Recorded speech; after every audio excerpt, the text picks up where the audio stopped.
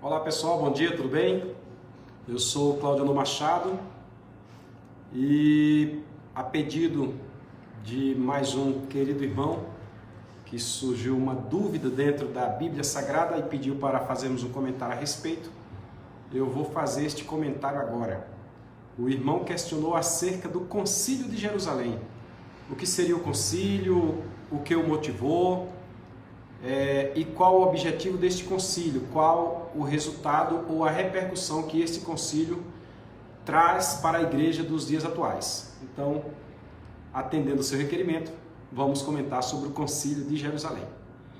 Antes de nós falarmos do concílio, é necessário que nós esclareçamos o que levou a realizar aquele primeiro concílio que está registrado em Atos dos Apóstolos, no capítulo de número 15. Aqui está a Bíblia Sagrada, que é a nossa base de tudo. Bíblia Sagrada, Atos dos Apóstolos, capítulo 15. Ainda ontem à noite, conversando com alguém perguntou de onde vinha tantos fundamentos para tantas coisas. A resposta foi da Bíblia Sagrada. Existem seitas, existem heresias e existem falsos profetas, ou no inverso, o falso profeta e falso mestre que produz uma falsa doutrina, que é uma heresia que logo gera uma seita, justamente por falta de análise da Bíblia Sagrada. E esta deficiente análise da Bíblia Sagrada tem levado alguns a perder o caminho da salvação e às vezes embaraçar-lhe com coisas mínimas, coisas pequenas, que é justamente o que está acontecendo aqui no capítulo 15 de Atos dos Apóstolos. Inicialmente é interessante nós sabermos que desde o capítulo 13, Paulo, que já era convertido, fora chamado, convocado, intimado pelo Espírito Santo, junto com Barnabé, a sair na primeira viagem missionária. E Paulo, que foi enviado como apóstolo, como missionário aos gentios, ele começou a passar pelas igrejas que ficavam na Galácia. Aliás, passou pela Galácia, formando aquelas igrejas. Ele, na ida, ele formou igrejas, passou ali por Antioquia da Síria, Icônio, Listra, Derbe. E na volta, ele passou pelas mesmas igrejas. E foi interessante que, enquanto Paulo seguiu, no retorno, Paulo já percebeu uma diferença dos irmãos, tanto que o obrigou a escrever a carta aos Gálatas. Quando ele foi iniciar a sua segunda viagem missionária, ele escreveu a carta aos Gálatas, dizendo a eles que não gostaria que eles tão rápido se afastassem da fé, que ficou estupefado, espantado que eles tão rápido acabaram de ouvir e na sequência já estavam afastados da fé. E Paulo então diagnosticou no final da primeira viagem missionária que o problema estava na interpretação que estava sendo dada por alguns de dentro da igreja referente à graça. E aqui é interessante, alguns vivem como se quisessem viver ainda sob a égide da lei. Paulo, inclusive, para falar a esse respeito, ele chama a atenção de uma mulher que foi casada, mas que o marido faleceu e ela casou com um novo marido. Ela, com um novo marido, é como se ela quisesse ainda continuar realizando as mesmas coisas que o marido anterior gostava. Paulo diz, não devemos mais nos meter debaixo do jugo da servidão. Se agora encontramos a graça, vivamos de acordo com a graça.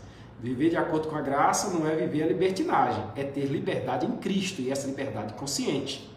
Neste sentido, Paulo, então, chegando da primeira viagem missionária, percebeu que existia uma exigência daqueles que eram judeus cristãos, inclusive o próprio Pedro, que ele chama de Cefas, ele repreendeu Pedro na cara, porque Pedro lhe pareceu repreensível, porque estando com os irmãos, Pedro, em parte, concordava com a graça.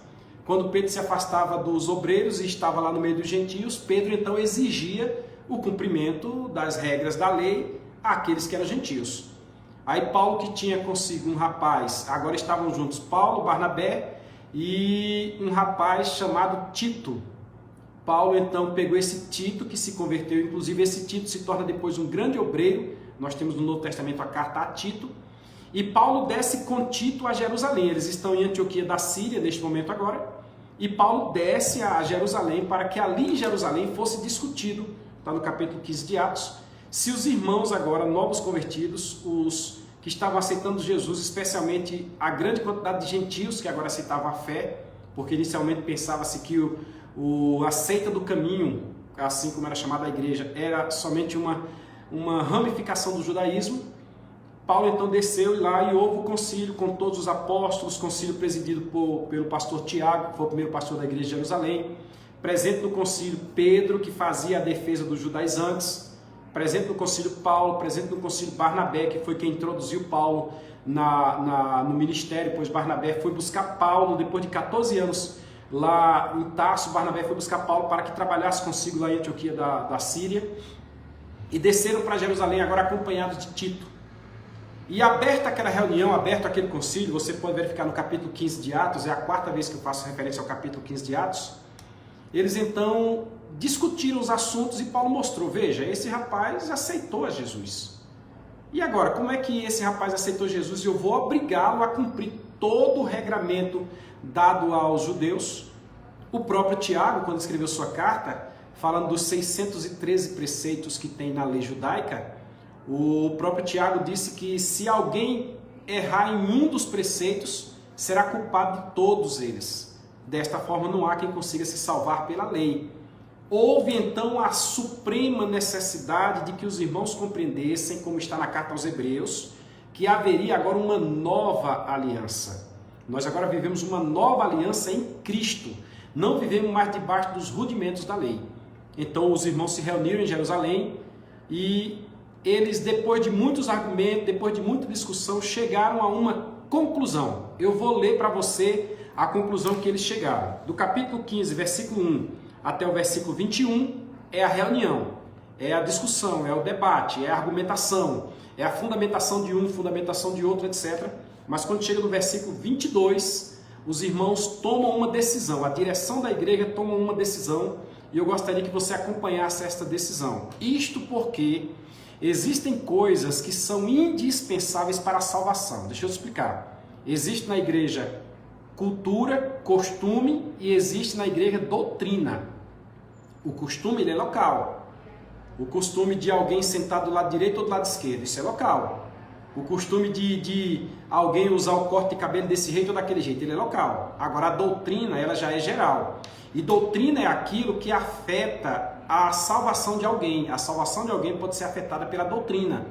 Doutrina acerca do céu, doutrina acerca do inferno, doutrina acerca dos anjos, doutrina acerca da própria salvação, doutrina de Cristo e aí por diante. Essas doutrinas afetam a salvação.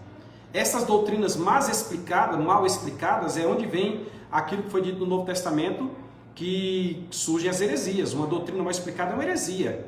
Então, os irmãos, para eliminar e não gerar mais dúvida, se alguém na igreja atual ainda tem essa dúvida, vai que alguém coloque junto da salvação a guarda de um dia para que a pessoa seja salva. Coloque junto de Cristo a guarda de um dia para que a pessoa seja salva. Vai que alguém coloque, além de crer em Cristo, a determinação deste ou daquele alimento. Neste sentido, já que nós estamos falando de judaizantes, os irmãos resolveram, e eu vou ler para você a partir do versículo 22 do capítulo 15 de Atos. Está escrito assim: Então a conclusão. Você quando lê então já sabe que alguma coisa foi decidida. Então, pareceu bem aos apóstolos, ou seja, uma decisão. Lembre que estavam lá no capítulo 2 de Atos, eles estavam sempre reunidos sob a doutrina dos apóstolos, eles seguiam a orientação dos apóstolos. A igreja atual não é diferente, a igreja atual tem que seguir a orientação dos apóstolos. Então, pareceu bem aos apóstolos e aos anciãos, aos presbíteros, aqueles que estão dentro da igreja que tem mais maturidade, este é o sentido de ancião, pessoa que já tem uma certa experiência aqui. Neste momento aqui, a igreja já tinha pelo menos 20 anos de existência. Nós estamos aqui por volta do ano 54, 55 da era cristã, e a igreja começou lá no ano 33. Robson Mendes, meu irmão, meu pastor, Deus te abençoe. Estou falando aqui sobre o Concílio de Jerusalém. Não sei se o senhor pegou desde o princípio. O pastor Robson é um dos nossos pastores e eu tenho satisfação em dizer que congrego com este grande homem de Deus. Deus te abençoe, pastor Robson. Então, os apóstolos e os anciãos, com toda a igreja, observe, não é uma decisão única. O assunto foi aos apóstolos, levado por Paulo, os apóstolos reuniram os anciãos da igreja, depois participaram do assunto para toda a igreja. Com toda a igreja, resolveram eleger homens dentre eles e enviá-los com Paulo e Barnabé a Antioquia. Para que Paulo e Barnabé, que trouxeram o problema de Antioquia, o problema foi discutido na reunião em Jerusalém, no concílio, retornando para Antioquia, a palavra deles tivesse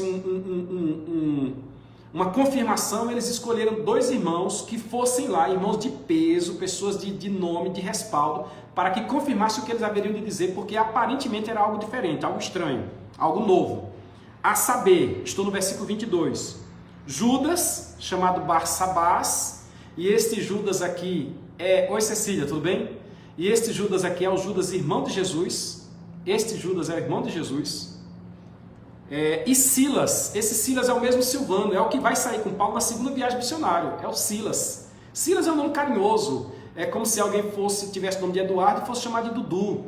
O nome é Cauê e fosse chamado de Cacau. Então Silas, o irmão Silas, 2 homens de respaldo na igreja e reconhecidos pelos irmãos de Antioquia. Homens distintos entre os irmãos, o texto já deixa bem claro.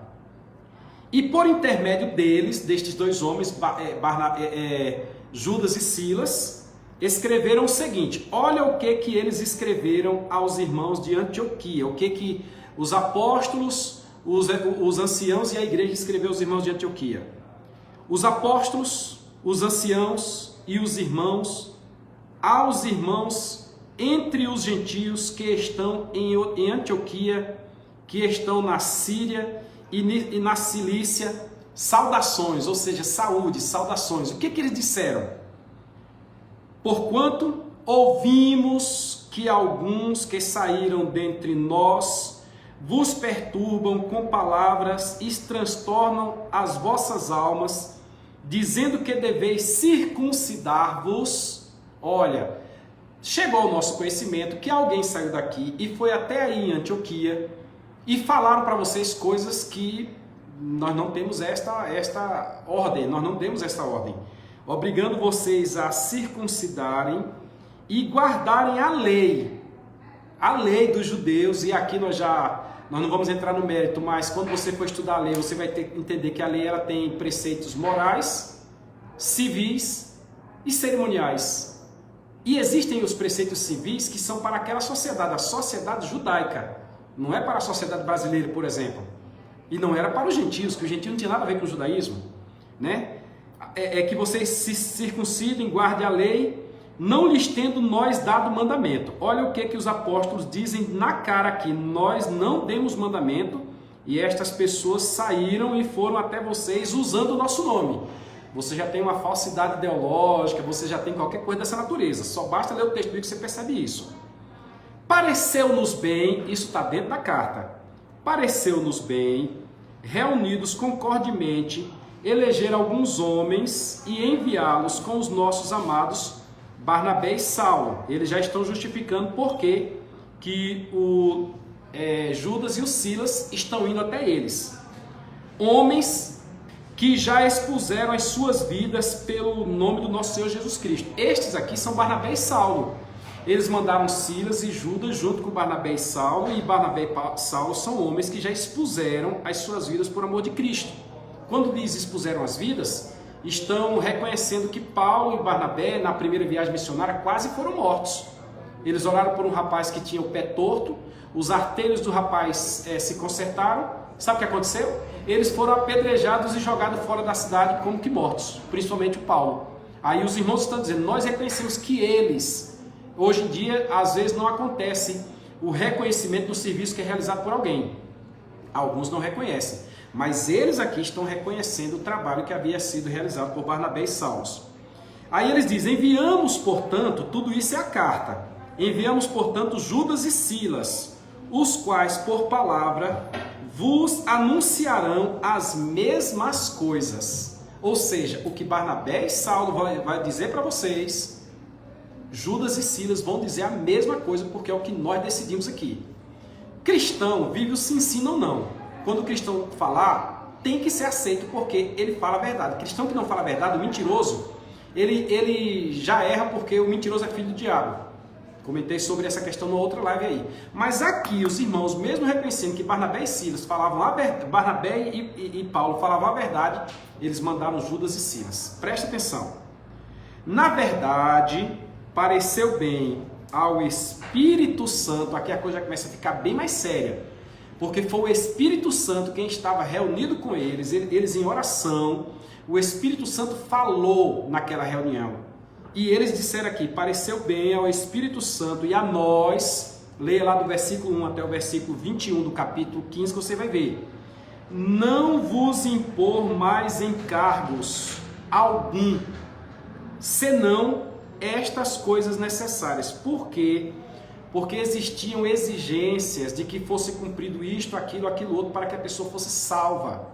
E na realidade não é. A salvação ela é um ato de graça. Graça é um favor que a pessoa não merece. É um favor imerecido. É um favor, não é favor mais merecimento, é favor imerecido, ou seja, um favor que a pessoa não merece.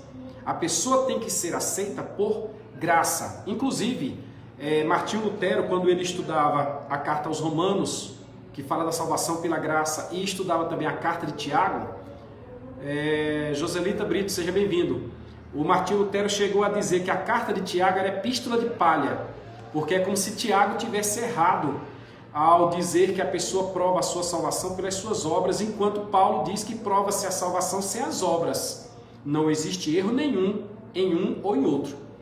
O que está acontecendo é que são momentos distintos. O apóstolo Paulo está dizendo lá na carta aos Romanos que para que a pessoa seja salva, ou seja, ele adentre a fé, ele não precisa de obra.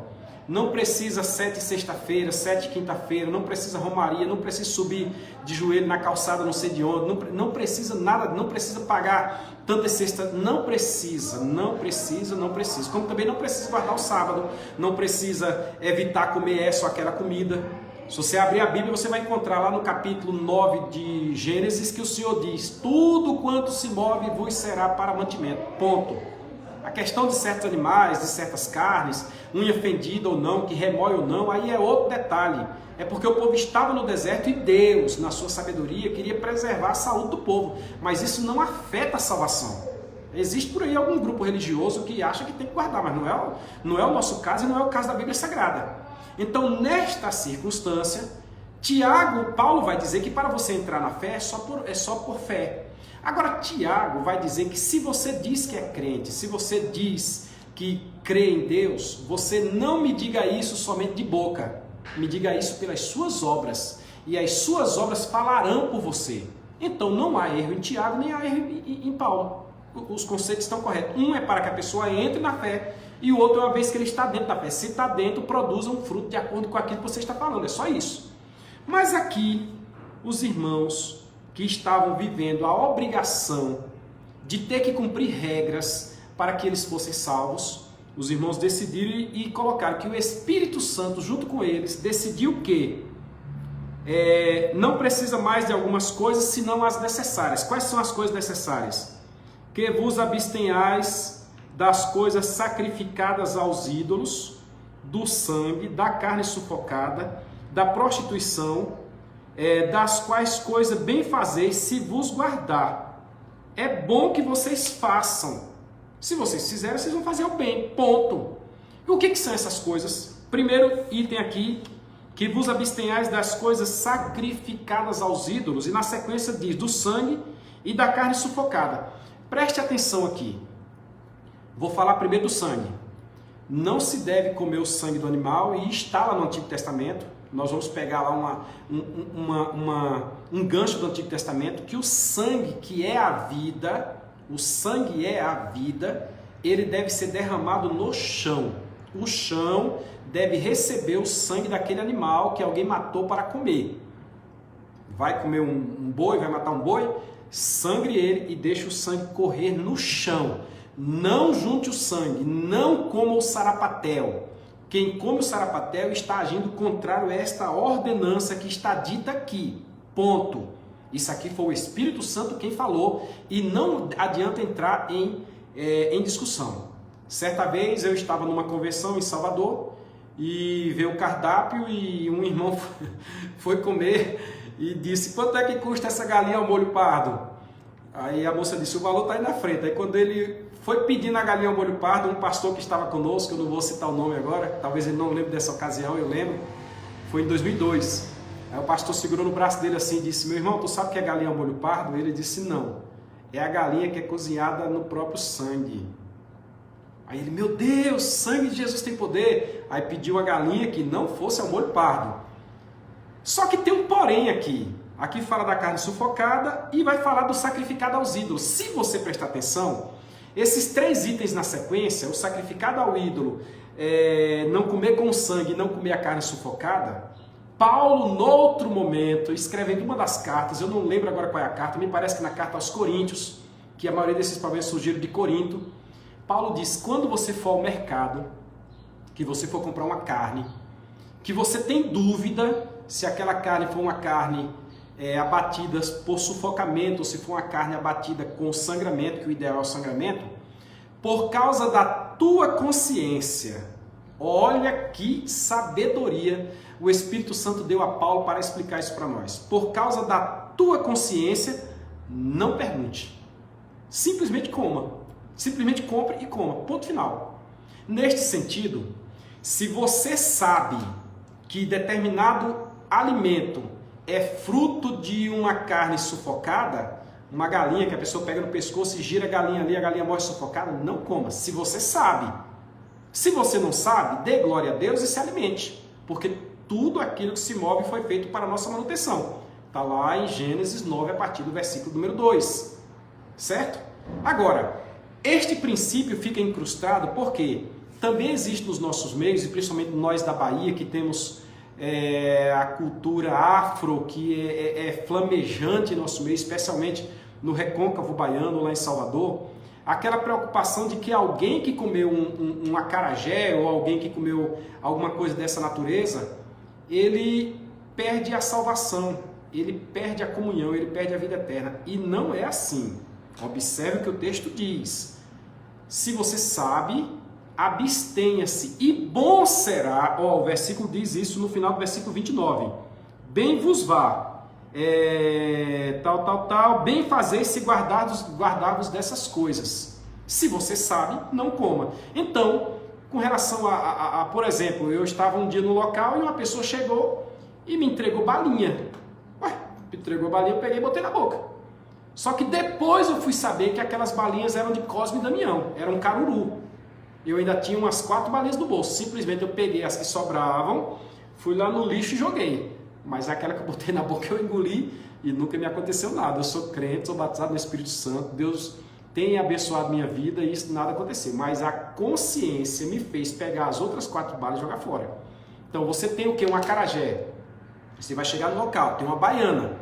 É cultura, faz parte da cultura baiana, as mulheres vestidas de branco, inclusive elas fizeram movimentos para que fosse reconhecido como sendo cultura na Bahia. Você não vai brigar contra isso aí, é cultura, é cultural. Você quer comer um acarajé feito por uma baiana, você pode comer acarajé em casa. Eu lembro que muitas vezes eu ia a Barreiras, lá na casa do irmão Juraci, de saudosa memória, e lá na casa do irmão Juraci eu comi o meu primeiro acarajé. Quer dizer que o acarajé, só pelo nome ser acarajé, a forma como ele é feito, com azeite de dendê, aquela coisa toda, o acarajé, ele vai desqualificar o alimento só pelo nome porque está sendo feito, e foi feito na casa de um servo de Deus, de um homem de Deus? Não desqualifica não. Agora você chegou no local, você viu todo aquele contexto, fique na sua. Compre e coma. Agora se você perguntar, e aí baiana, é oferecido? E ela disser, é oferecido, e você comprar, e você comer, aí você tem problema. Sendo assim, os irmãos orientaram que devemos nos abster do sacrificado, do sangue, que não tem nada a ver com a transfusão de sangue, tá? Tem alguém aí que não aceita nem transfusão de sangue, eu não vou entrar nesse mérito porque eu teria que falar sobre apologia cristã, mas não vou entrar no mérito aqui agora. Mas se abstenha do sangue. Eu, por exemplo, se eu souber que eu não quero, eu posso comer ali a farinha, botar óleo ali, misturar e pronto, eu não quero. Eu sabendo a minha consciência, mas também não afeta a fé de ninguém, que a Bíblia vai dizer que se tu come carne e teu irmão come legume, por causa da falta de fé do teu irmão, coma legume também. Eu não vejo problema. Agora, se eu chegar num ambiente onde eu perceber que aquelas pessoas são fracas espiritualmente, acredite, eu faço como Paulo, me faço de tolo para ganhar os tolos, me faço de sem lei para ganhar os sem leis, mesmo não estando sem lei, mas eu me faço para poder alcançar aquela pessoa. E na hora que eu tiver a oportunidade, eu explico. Isso aí faz parte já da minha forma de agir. Então, voltando, o sacrificado o sangue sacrificado aos ídolos, o sangue, o sufocado, a prostituição, coisas das quais, são 4 itens, né? Coisas das quais bem fazeis se vos guardardes, bem vos vá. E aqui encerra a carta. Sendo assim, a pedido do irmão, está explicado o Concílio de Jerusalém, e a partir daí, a igreja agora desenvolveu-se por toda a Europa, chegando a Portugal, chegando ao Brasil, vindo ao Brasil tanto nas capitanias que vieram de Portugal, como por vários outros missionários, especialmente depois do movimento da Rua Azusa, que fez com que o evangelho chegasse no Brasil. Várias igrejas a partir daí surgiram, como também a Assembleia de Deus com Daniel Berg e Gunnar Wingren. E esta igreja, missionária Márcia Vieira, Deus abençoe, Pai do Senhor, Pastor Antônio, estas igrejas agora passaram a ter suas questões locais. Então, para esclarecer, o Concílio de Jerusalém foi para tirar dos nossos ombros aquela responsabilidade de carregarmos todos os 613 preceitos da lei, onde Tiago já dizia que não nos salvaríamos. Deus te abençoe, espero ter contribuído com mais este irmão. Se você gostou, né, faz igual os grandes youtubers por aí, compartilha, dá um like, dá um joinha e faça com que a palavra de Deus seja explanada e espalhada para várias pessoas. Aquele abraço, fica com Deus.